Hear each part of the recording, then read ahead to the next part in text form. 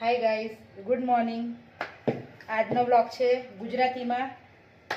આજે સવારમાં કિચનમાં રસોઈ ચાલુ થઈ ગયેલી છે. ઘણું લેટ થઈ ગયેલું છે. ટિફિન રેડી કરવાનું છે, એના માટે ફાસ્ટ રસોઈ ચાલુ છે. 2 શાક બની ગયા છે, હવે રોટલી બનાવીએ છે. છોકરાને સ્કૂલે જવાનું છે, ટિફિન જવાનું છે બધું, એના માટે ફાસ્ટ રસોઈ માંડીએ. જો આ એક ટિફિન રેડી થઈ ગયેલું છે અહીંયા. આ બીજું ટિફિન અહીંયા રેડી છે, એટલે 2 ટિફિન રેડી થઈ ગયા છે. હજુ એક ટિફિન ભરવાનું બાકી છે. આને સ્કૂલે જવાનું છે તો ટીવી જોયા કરતો છે. લેટ થતું છે તો બી ઉઠતો નથી. ડુગ્ગો, બેગ રેડી કર. ચાલ, કપડાં પહેરીને રેડી થઈ જા, જલ્દી બસ આવે. આ લોકો જાય એટલે આપણે બીજું કામ કરીએ. ચાલો આપણે જ હવે બેગ રેડી કરીએ. ચાલ, ઊભો થા, જલ્દી રેડી થા, બસ આવી જાય.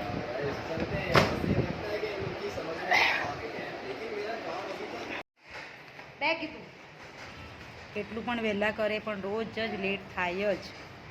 જલ્દી કર તો પણ લેટ થયા જ કરે રોજના રોજ. ઘે બેગ ઘે, नको तसा करू. बैग घे, બેગ तुमची टिफिन.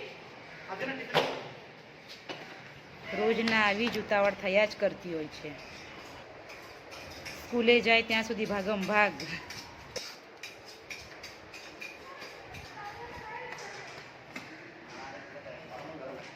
पटकन दवाखान्यात जाऊ तसं. आणि लवकर बघा, बस जाईल. Bye bye.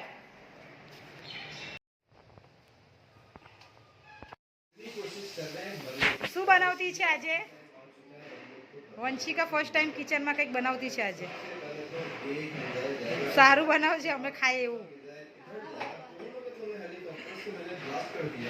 બીજું છે વાસણ.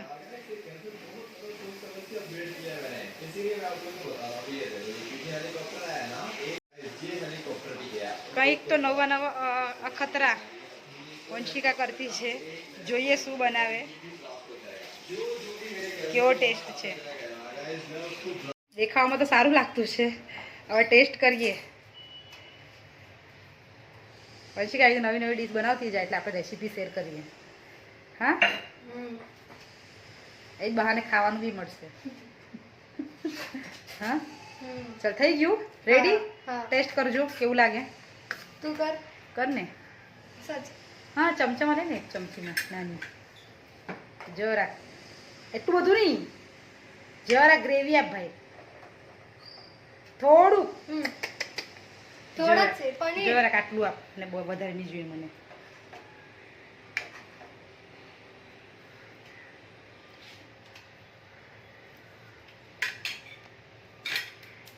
રવા દે ના. શું નામ છે વંશિકાનું? પનીર ઈફા. રેસીપી જોઈતી હોય તો કમેન્ટ કરજો, નેક્સ્ટ ટાઈમ શેર કરશું અમે.